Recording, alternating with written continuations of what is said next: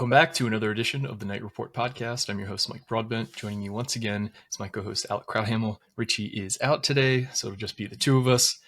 We're going to go over everything that was said yesterday at the Big Ten Media Day by both Greg Schiano and the Rutgers players in attendance, which were quarterback Athan Kaliakmanis, wide receiver Ian Strong, and linebacker Dariel Djabome. We'll get into what they said. Also, a news item dropped from Big Ten Media Day. A former Rutgers player who left in the transfer portal has rejoined the program. We'll get into who that is and more. But let's kick it off with these pressers. Greg Schiano spoke in a media scrum before he spoke on stage. The NJ.com guys were there. They had some pretty good quotes from Schiano. But in terms of what he said on camera, this was, if you could distill how Schiano would have these things go, short, nothing controversial, even in the slightest. That's exactly how it went. I think this is the least amount of information I've ever gotten from a Greg Schiano presser. So I just want to put that little nugget out in front. But Alec, what did you think was noteworthy from what he said when he spoke to the media? Not a lot, I'll say that. And that's just how he is. He's not there to give out bulletin board material or spread hot takes for graphics or all that stuff. That's just not who he is and not what he's going to do. So it made sense. I mean, we weren't really expecting it. So just a lot of similar things that we'd heard from a local sense about Rutgers that he's kind of putting out there to a national sense. Obviously I guess if there was one clip that kind of got put around social media, it was, we didn't come here to go 7-6, we came here to win championships. And obviously people are going to scoff at that, but I mean, that's the expectation. And you heard the players talking about it as well. The standard is extremely high. The big time pillar of the program is the standard is the standard. Now we can, debate what that actually means, but the point is there that the standard is extremely high at Rutgers and they're not satisfied with 7-5. I mean, Athan Kaliakmanis even kind of caught Dave Revson off guard when he said the season kind of left a bad taste in our mouths despite having that winning record and going to the bowl game. He clarified, what was it because of how it ended in the bowl game or anything like that? And Athan said, no, it's just the standard is extremely high. So it's definitely a lot of optimism. I thought it was interesting that Schiano said that it's probably the receiver room is probably the best state that it's been since he's returned, which I would definitely agree with based on the talent that they have. Ian Strong, KJ Duff going into his second year, bringing a guy like DT Sheffield, who's arguably one of the better receivers in the portal available, definitely one of the top ones from the group of 5 ranks. So yeah, a lot of stuff that we had kind of expected to hear, just continue growing the program, things like that. Obviously, nothing too mind blowing or anything like that, because that's just not how the program runs. So I thought it was interesting. Again, a lot of stuff that we kind of already heard or seen from the program over the years as well. So nothing too unexpected, but I thought it was a good showcase. Yeah, it was interesting. Just how many times they told the Djabome story of how Rutgers kind of uncovered him. Djabome himself went into that story a bit. So Schiano mentioned it in his presser when he was talking about the players that they brought along. And then Dave Racine asked him directly, hey, you had a pretty interesting story about ending up at Rutgers. And it was interesting coming from Djabome because he talked about how Rutgers had been on him trying to get him up to campus several times and it just didn't work out, living in Canada, didn't really have the money to just kind of drop everything and head down. But I think the persistence really kind of won him over. And obviously we know the story, but for those of you who might not, Dariel Djabome was a kid out of Canada, came down to Rutgers with his team. They went to a visit to the Buffalo campus and they tried to make it work to get to Rutgers for the following day. They get there super late. They don't have money to shack up in a hotel. So what they end up doing is they slept in their coach's car. Him and 3 of his teammates and his coach all slept in a car. He said he didn't really sleep much. He had a private workout the following day with Rutgers. And he's like, I guess I must ace the test because they offered me on the spot. That turned into an official visit literally the following day. He reclassifies and joins the team a few weeks later, and the rest is history. And he's one of the best players on the defense. So you'll I just hear want to stories say, like that. He made sure to specify it was a Kia Sport. I've seen Kia Sports before. I don't know how 4 of them fit in there to sleep. I guess I understand why it was an uncomfortable night for all four of them sleeping. Was one of them, were they just like sitting up sleeping? I mean, obviously the front seats can kind of recline, but like, were they just like sitting up in the back seat sleeping? Were they like kind of across the back seat? One of them was like on the floor. I don't know how that worked out. But it must not have been very comfortable. Yeah, I haven't done like the JFK assassination deep dive on the the how a Kia Sportage back seats might flip down or not, but it regardless of the the machinations of it, it's not comfortable. I can guarantee that. Um, but it seems like Rutgers has one of those type of impact, interesting player stories, at least per year. Last year it was the Holland Pierce story that was circulating that all of us knew. Um, but yeah, I thought it was both from the player standpoint and from Schiano, a whole lot of nothing said. Even very pointed questions. One of the questions from Ravine was to Ian Strong about first they talked about Athan having his brother on the team and how important it was for him to have him there because they both transferred at the same time, and I think he asked like how important is it to like get his first catch in college football, and Athan like pretty gracefully talked about how he's got a very important role on special teams and how he's crushing it there. And his brother, I didn't know he had an audio processing disorder, where it's not like your the physical it's not like your ears themselves are have any physical issues. It's that your brain's audio processing is delayed. So that was pretty cool, inspiring story about Dino Kaliakmanis. Um, but they parlayed that into a question to Ian Strong, where while he doesn't have a brother on the team, he's got a close friend and high school teammate in KJ Duff. And he talked about kind of their relationship and how he didn't really push him to come to Rutgers, but after he was committed, it was just like they're all in together. And I guess they live in the same apartment building. And KJ Duff's always he's like Ian Strong said, like basically every time I come home, KJ Duff's like posted up on my couch waiting for me to get home. So I thought that was a pretty cool little He's essentially Kramer, just kind of showing up everywhere in the apartment. Yeah, just sliding in, or for those who've seen what's the one, Half Baked, the guy on the couch, he's just always there. So yeah, not a whole lot of interesting nuggets dropped from anything said on camera, and I don't think anybody expected there to be. You have certain personalities like Kurt Signetti, who is guaranteed for at least one or two little sound bites. I think he kind of shit on the SEC a bit in his presser, but from the Rutgers folks, not a whole lot. Schiano had like a breakout session with CBS, and he's got one with Catherine Tappan as well that hasn't been posted yet, but stay tuned for that because for those of you who don't know, Catherine Tappan is an NBC Sports sideline analyst who is a Rutgers alum. So they did that last year as well. So they'll go a little bit more in depth, but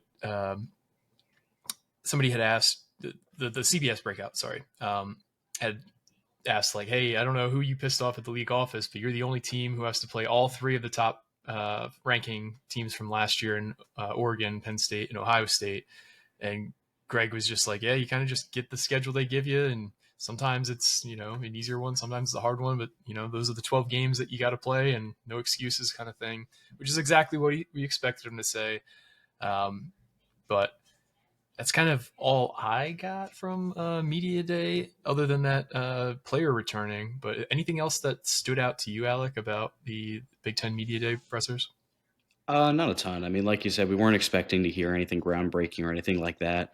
I agree. I thought it was really interesting and really inspiring what Athan said about his brother Dino, dealing with that, dealing with, I think it's abbreviated to CAPD, and the fact that he's taken on such a big role in special teams. I mean, he's one of the main gunners on kickoff coverage. You can see it. He lays some big hits in the return game. So I thought that was a really cool story. I mean, just going through, some of the player.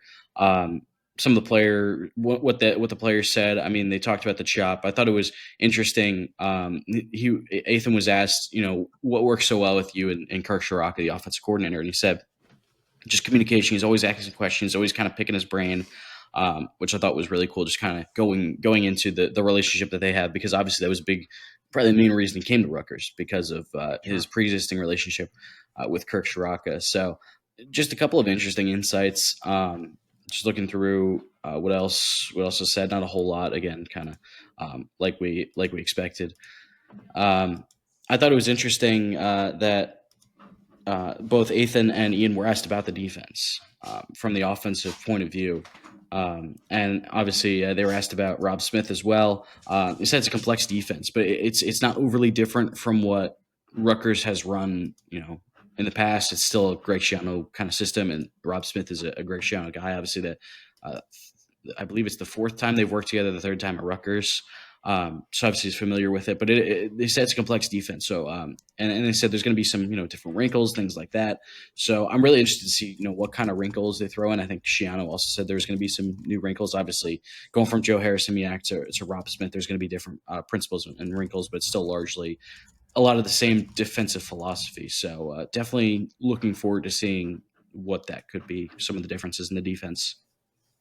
Yeah, that was another thing that I forget who, I don't know if it was Jake Butt or Dave Ravine that asked Schiano about how this is, your third time, and Schiano corrected him fourth. He's like, oh yeah, third time at Rutgers, with the time at Tampa Bay as well. Like, what is it specifically about him that, you find so valuable or that keeps bringing you back? And Schiano basically said, like, he's one of us. He knows the defense that I want to run, and I trust him, and blah, blah, blah. Like, I don't remember the exact quote, but do you want to speak to what Schiano said about Rob Smith? Yeah, he said. I mean, yeah, like you said, it is one of us is basically what he said. I thought it was interesting that I lost my train of thought. I think it's very interesting to see, how that kind of plays into it. But yeah, it basically said, one of us knows what we want to run. Say he's a great guy, obviously, as well, which I would expect for someone that Greg Schiano's hiring. But yeah, I think it's really interesting to see how him and Sparber kind of work out that defense as well. Obviously, him and Sparber are the co-defensive coordinators. Um, yeah, just familiarity with the system. I'm interested to see how it works because we've talked about this plenty in the past, especially when the hire first happened. It always seems like with Rob Smith, his defense is at pretty strong first years. So I'm pretty interested to see how this defense, the defense looks this year, considering, obviously they were dealing with a ton of injuries last year. The guys were in and out of the lineup. It kind of took a little bit of time to fully get going on the defensive side, but I think the last month of the season was definitely a bit encouraging. Now, obviously, changed parts of the coaching staff. You're also bringing you also lost Mark Orfe, the cornerbacks coach, and also safeties coach, Drew Lascari. So you're replacing guys at the position coach, and then also bringing in a new defensive coordinator. So, but according to Schiano, and then according to the players that spoke, it seems like everyone's bought in. So, and if the penchant of having a pretty good defense in the first year of the system remains to be true, I'm interested to see how they look and how the whole kind of buy-in goes. Yeah, I am too. Given how much we're turning over on the defensive side, it's going to be a totally different defense. A totally different secondary. A bolstered front seven. I'm optimistic, but given that we have new coaches and basically new personnel all over the yard, I think that'll be the most interesting storyline to follow in training camp. How that defense looks under new coordinator and a lot of new personnel. If college football 26 is any harbinger of reality, which probably isn't, but the pass rush. The pass rush in that game is really good for Rutgers, in particular. Eric O'Neill and Bradley Weaver are absolute studs in the game. So maybe it's a sign of things to come. We'll have to wait and see. Yeah, no, I think my first year of my first dynasty on CFB 26, Bradley Weaver had like 27 sacks for my team, and he won like every defensive award. I don't expect that kind of production, but that was a lot of fun to play with them. But speaking of defensive personnel, an addition has been made to that front seven. Former Rutgers linebacker Austin Dean, who ended up at Georgia Tech, has rejoined the program, which was announced at training camp, or I'm sorry, at media day. The interesting thing was there were a lot of breadcrumbs about this addition. If you were paying attention, Austin Dean's Instagram profile had listed him as an R football player for at least a month ahead of this announcement. Even the Rutgers football account on Instagram wished him a happy birthday in their story. So I don't know why this was, a delayed announcement. We had kind of asked around and were told like, yeah, but we want to, wait on this. So Austin Dean rejoins the group. he wasn't a guy who played a ton at Georgia Tech, but should add some good depth here. What do you think of the addition of Austin Dean to this linebacking core?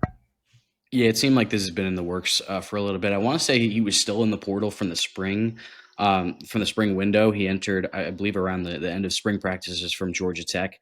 Um, it seemed like it had been in the works for a little bit, and obviously, like you said, Mike, if you've been reading the boards, you're kind of hinting at a new addition for this year's team. So.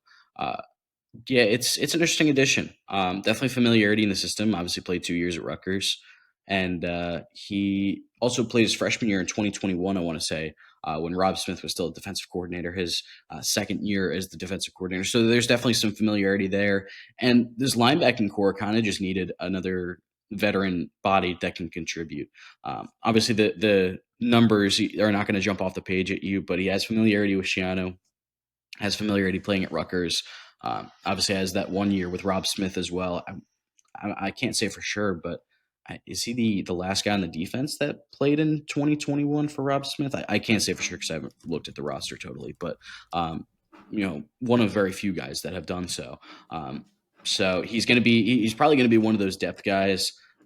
You have your starters, Dariel, Djabome, and then the second spot probably goes to Moses Walker. But after that, there's not a ton of experience at linebacker. Obviously, there's a lot of young guys with some high ceilings. You got guys like MJ Johnson, guys like Sam Robinson, guys like even DJ McClary.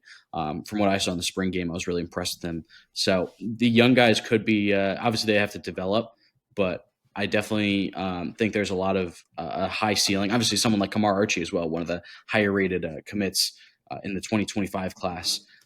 So it's going to be a learning process for them. Obviously, true freshman linebacker, it's not going to be easy to get on the field. So you have a guy like Dean who's familiar with the system. He may not have the ceiling of some of the guys like McClary or Archie or even Robinson or Johnson, but he has the floor of being in the system, playing in the system for 2 years. Obviously, the stats, like I said, aren't going to light the world on fire, but if he's a depth guy that can contribute at times and just be solid, I think it's pretty good at, especially this late in the season as well too. So just getting someone that is familiar. I mean, kind of like what we talked about with Rob Smith, just one of their guys. Obviously played it for 2 years. So I mean, looking at the linebacker room, obviously got Moses Walker and Dariel Djabome, like I said, and then not a lot of proven production behind them. So definitely someone that is a much needed depth piece because if one of those two guys or even some of the younger depth guys that are expected to contribute at least some of the way go down, then obviously you need someone to step up. So yeah, at this stage of the offseason, right before training camp, I think it's a much needed addition and it's a pretty solid one, especially considering this isn't the high ceiling linebacker that many had hoped Rutgers would go after or they were looking at in the portal, but it's a floor option that at the very least provides some familiarity and depth and can be kind of take on a leadership role for some of the young guys that don't have the experience in the system like he does. Yeah, I certainly don't expect him to come in and be a starter. He left Rutgers after the 2022 season, landed at Georgia Tech. He redshirted that first year in 23. And last year, he played only one game on defense against VMI, their FCS opponent. He had 6 tackles in the season, all of them coming on special teams. So, if nothing else, he's a core special teamer and depth linebacker, but certainly not a guy who's going to come step in and be the last piece of a defense by any means. So just want to temper expectations. A familiar face returning to Piscataway for his final season of eligibility. But yeah, that's the news on the player additions. Alec, is there anything else that we didn't touch on that you wanted to discuss before we head out of here? Not a ton, I don't think, because we just had a pod earlier this week. So I'm trying to think of anything else, but not a whole lot. I don't remember if we talked about this earlier in the week, but Rutgers baseball made a couple of new transfer portal additions as well. They got Chase Cruson, a former highly touted recruit from UCF, also spent his freshman year at Duke. One of the the top outfielder in the state of Pennsylvania when he graduated. Pretty I think, I guess the word I'm looking for, on par with what we've seen from Rutgers. They've brought in some outfielders in the portal in the past and kind of slimmer profiles, really good athlete, some solid contact skills, maybe lacking a little bit in power. But also, if you look back at some of his recruiting notes in high school, had some really good bat speed numbers, some kind of like advanced metric numbers that kind of maybe give you a little bit of thinking like maybe there's something more with the power underneath that can be unlocked. So pretty solid additional. I think he'll probably compete for the starting left field spot. That's where he played, or maybe not left field, but somewhere in the outfield he'll compete for. Because Trevor Cohen played right field, is now in the MLB, so he'll definitely compete for a starting outfield spot. Trying to think of any other big time news. Not a ton. Again, because we also had a podcast on earlier this week, I believe on 2 this week or 3 this week actually, with Jamarius Conyers committing as well. So not a ton, but yeah, it's training camp starting in a week, less than a week. I don't remember Yeah, I for think sure next off the week. top of my head. So yeah, we're right on the brink of it, and then we are a month and 6 days away from the season opener against Ohio. So yeah, I can't believe it's flown by this fast. It's pretty crazy. It's So the yeah, the most bittersweet time of the year because I love summer, love the warm weather, love the late sunlight that we get till 8, 9 o'clock. But I love football season too, so it's the sun setting of my favorite season with my yeah. favorite sports season on the horizon. So I guess something else notable that it just came out this morning. So I'm not obviously not a huge expert on this, but yesterday, Governor Murphy signed a bill into law that actually kind of prevents NCAA punishment for schools in the state for uh, for third party NIL compensation if it breaks the NIL rules, which I think is very interesting because I mean, I guess you could correct me if I'm wrong in my interpretation of this, but that basically kind of makes the whole clearinghouse system and all that kind of null and void at that point if you can't actually punish them for breaking the rules. yeah, no, it's these kind of rulings were expected, and I think we all kind of knew that eventually, the NCAA was going to get taken to court again and probably lose, and it was kind of, I think, expected, like collectively, like this is all what we want, so don't mess around, and but that you can't convince 150 independent actors to not you know to work collectively together without some kind of physical binding agreement like a CBA or something like that. So Actually, that until does something bring like that me. exists, Yeah. Oh, go ahead. Finish your point. until something like a formalized CBA exists with a yeah, I forget what that's called, the exemption that like sports leagues get for you Antitrust know exemption. yes. I like this is going to continue to happen, and we're going to continue to have different people playing with different rules and people being butthurt about it. So um, go ahead, I cut you off.